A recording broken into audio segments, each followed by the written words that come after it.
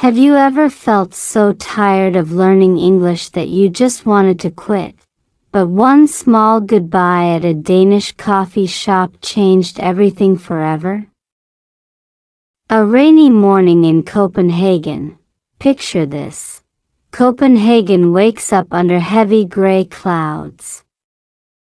The rain is not wild, not violent, but soft and endless, like a quiet conversation that never stops. You walk through the cobblestone streets, shoes making little splashes, and you wonder why this country feels calm even on a gloomy morning. Denmark is famous for bicycles, but today most people hold umbrellas, moving slowly as if the rain has pressed the city into silence. Now, imagine you are inside this story, walking alone. You are not just a tourist. You live here, at least for a little while. You are learning English, step by step, word by word, and sometimes the words feel heavier than the rain. Have you felt that? That strange mix of wanting to improve, but also wanting to give up. Like you are carrying an invisible backpack full of grammar rules and vocabulary that never seems enough. Here is the truth. Your brain hates confusion. When something feels too difficult, your mind sends a signal. Stop. Run away. Do something easier. That is why many people quit learning languages. It is not because they are lazy. It is because the brain is wired to protect you from discomfort. But guess what? Discomfort is where growth happens. Just like muscles hurt when you train, your brain resists when it learns. So, on this rainy morning, you step into a small coffee shop. Warm light, the smell of roasted beans, wooden tables where strangers sit close. And here, inside this cozy place, your English journey takes a surprising turn. Not because of grammar books. Not because of long vocabulary lists. But because of one simple goodbye that will echo far beyond today. Sometimes the smallest moments change the biggest stories. The rain outside keeps falling, but inside, something new is about to begin for you. The small coffee shop. You push open the wooden door, and suddenly the rain is behind you. The sound of drops hitting the street fades, replaced by the soft hum of conversation and the gentle hiss of an espresso machine. Inside, the air smells like dark chocolate mixed with roasted coffee beans, a smell so strong it feels like a hug. The lights are warm, golden, almost like candle flames dancing on the walls. This is not a big cafe. It is the kind of place where the barista knows the regulars, where the tables are close, and strangers sometimes smile at each other just because there is no distance to hide. In Denmark, people can be reserved, private, but in a small shop like this, something changes. The rain pushes people closer, and coffee breaks down walls faster than small talk. You find a seat by the window. From here, you can still see the street, bicycles locked to iron posts, umbrellas moving like slow jellyfish, reflections of red and green traffic lights dancing in puddles. But inside, there is warmth. Inside, there is a sense that something meaningful might happen. Now imagine, this coffee shop is not just a place to drink coffee. It is a stage. A stage for tiny dramas that look ordinary but feel enormous when you are part of them. Every goodbye, every hello, every, "Can I sit here?" becomes part of a story that could stay in your memory forever. And here is the important part for your English journey. Stories like this make language real. When you imagine the smell, the sounds, the people, your brain connects words to experiences. That is how memory works. You will not remember chair because it is in a vocabulary list. You will remember it because you once sat on a wooden chair in a rainy café in Copenhagen. Learning English is not about filling your head with rules. It is about filling your heart with moments. And one such moment is about to happen, right here, in this small coffee shop. Meeting an old friend. The bell above the door rings. You look up, almost without thinking, and there, through the soft golden light of the cafe, you see a face you did not expect. A face from another time, another chapter of your life. An old friend. At first, your brain doesn't believe it. You blink, wondering if the rain outside has played a trick on your eyes. But no, it is real. That smile, that way of brushing wet hair from the forehead, the familiar eyes scanning the room. And then, they see you. For a second, the whole coffee shop disappears. There is only the two of you, staring, half shocked, half smiling, as if the years between you have been erased in one heartbeat. They walk closer. "Is this seat taken?" they ask, in English. Simple words. But the sound of them unlocks something deep inside you. How many times have you practiced English sentences that felt empty? Yet here, in this moment, every word carries weight. Every word feels alive. You nod, and they sit. The conversation begins slowly. Awkward laughter, small questions.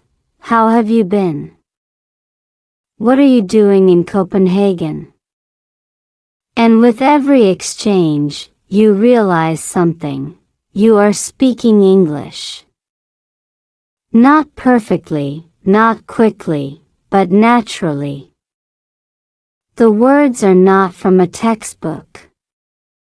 They are pulled from your heart, from memories, from the need to connect.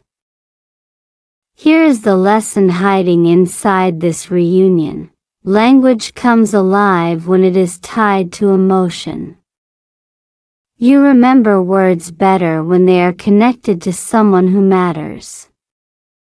Grammar becomes softer, less like a rule book and more like a rhythm. Even mistakes do not feel like failures. They feel like bridges. Outside, the rain keeps falling. Inside, two old friends laugh, sip coffee, and rebuild a connection word by word. And suddenly, learning English does not feel like a burden anymore. It feels like a gift, a tool that allows you to hold on to this moment and never lose it again. What begins as a simple reunion will soon lead to a goodbye. But not just any goodbye, the kind that teaches you more about language and about life than any classroom ever could. The goodbye that stays forever. Time moves strangely in moments like this. 1 minute you are laughing together, sharing stories about the past, and the next you glance at the clock and realize hours have disappeared. The rain outside has stopped. The streets of Copenhagen are now glowing under the late afternoon light. Your friend looks at their watch. You know what is coming, even before they speak. I should go, they say softly. Just 4 simple words. But they land heavy, as if the entire café becomes quieter to listen. You feel the weight of goodbye pressing into your chest. For years, you thought about this person, wondered if you would ever meet again. And now, just when life has given you this unexpected gift, it is already time to let it go. They stand, and you stand too. The chairs scrape against the wooden floor. You both hesitate, not wanting the moment to end. Finally, your friend smiles, a little sadly, and says in English, "It was really good to see you." Such a common sentence. So ordinary. And yet, in this cafe, with this person, those words feel unforgettable. You repeat them silently in your head, holding on to every sound, every syllable. It was really good to see you. Suddenly, English is no longer just a subject. It is a memory. A treasure. You walk with them to the door. The bell rings again as they step out into the soft evening air. For a moment, you watch their figure grow smaller among bicycles and cobblestones, until finally they turn a corner and disappear. The cafe is quiet now. You return to your seat, still warm from where they sat. The coffee is cold, but your heart is full. You realize something powerful. Learning a language is not only about grammar or vocabulary. It is about moments you never want to forget. And this goodbye, this small, simple goodbye, will stay with you forever. Maybe you came here tired, ready to quit. But now you understand, every word you learn is a key. A key to memory. A key to love. A key to life. Closing message, why you must keep going. When you walked into the cafe this morning, you were ready to give up. English felt heavy, like a mountain you could never climb. Every word was a struggle. Every sentence a reminder of how far you still had to go. But then, life surprised you. A rainy day turned into a meeting you never expected. And in that moment, you discovered something powerful. English is not just about study. It is about connection. About memory. About the people and the feelings you never want to lose. Think about it. What if you had quit yesterday? What if you had decided that learning was too hard, too painful, too slow? You would have missed this moment. You would not have been able to sit with your old friend, to laugh, to share, to hold on to a memory that now belongs to you forever. This is why you must keep going. Not because grammar books demand it. Not because teachers tell you so. But because language is life. Every word you learn is a bridge to someone you love, to someone you may meet, to a part of yourself you have not yet discovered. Yes, the road is long. Yes, there will be days when you feel tired, broken, or ready to stop. But remember today. Remember how one simple goodbye became a lesson you will never forget. So keep learning. Keep speaking. Keep opening doors with your words. Because one day, when you least expect it, English will give you back something priceless. A memory, a connection, a reason to smile. Do not quit now. You are closer than you think, and who knows? The next person you meet, the next story you live, might be waiting just beyond the next word you learn. The empty chair. Have you ever noticed how an empty chair can say more than a person sitting in it? That's exactly what happened to Anna. She walked into the little coffee shop in Copenhagen the next morning, the same place she and Eric had sat just a day before. But today, there it was, a chair pushed neatly under the table, untouched, waiting, almost too silent. The brain does funny things with absence. Psychologists call it object permanence, but in the human heart, it works like emotional permanence. When someone leaves, your mind refuses to accept the void. That's why you keep expecting their voice to fill the air, their hands to lift the coffee cup, their laughter to spill across the room. But all that's left is stillness. Anna sat down and ordered a cappuccino.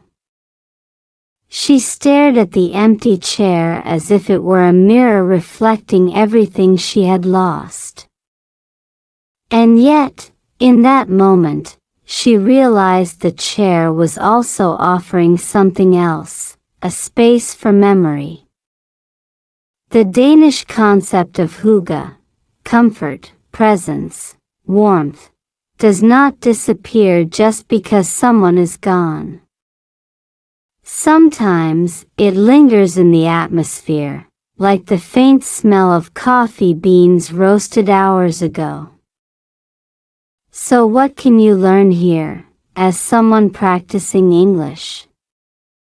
Notice how one simple object, the empty chair, can carry a whole story. In language, metaphors and images give life to your feelings. Instead of just saying, "I miss him," Anna's world paints the picture with a chair, a table, and silence. Try it. The next time you describe something in English, don't just say the emotion. Find an image, a detail, a metaphor. It makes your story real, like this coffee shop in Denmark. And as Anna lifted her cup, she whispered quietly to herself in English, "He is not here. But the memory is."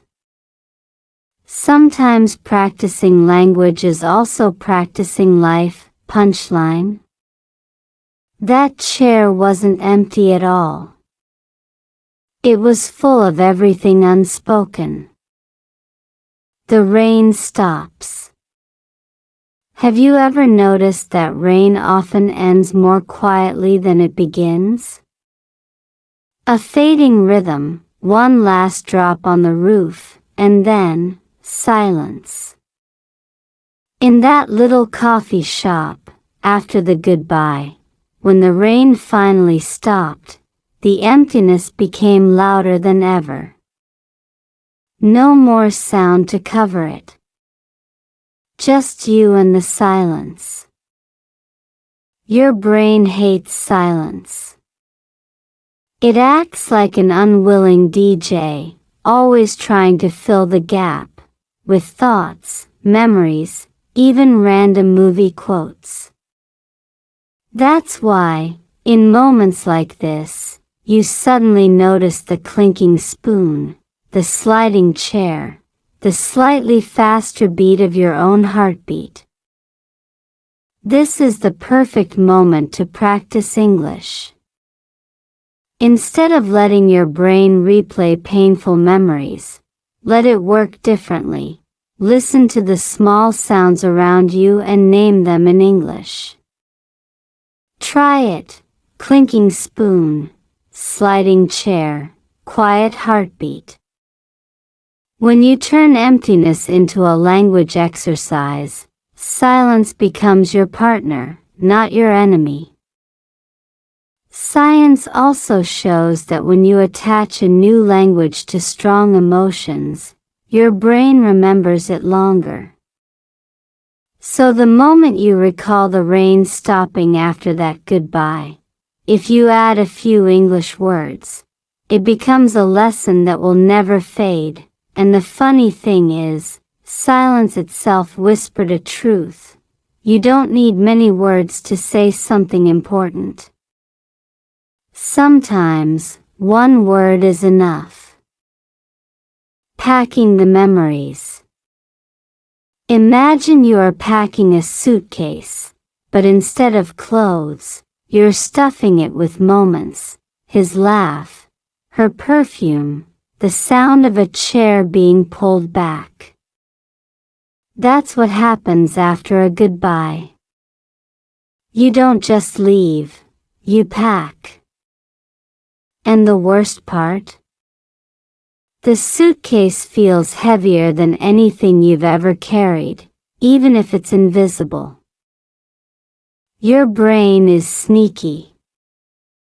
It loves to pack painful memories more tightly than happy ones.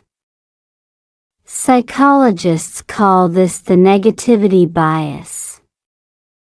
In simple English, your mind is like a hoarder who thinks sad memories are antiques worth keeping forever. No wonder it's hard to move on. Here's a trick. When a memory comes back in your language, try repacking it in English. For example, instead of replaying, say it aloud in English: the last hug. By giving it a new label, you're gently changing the way your brain stores it.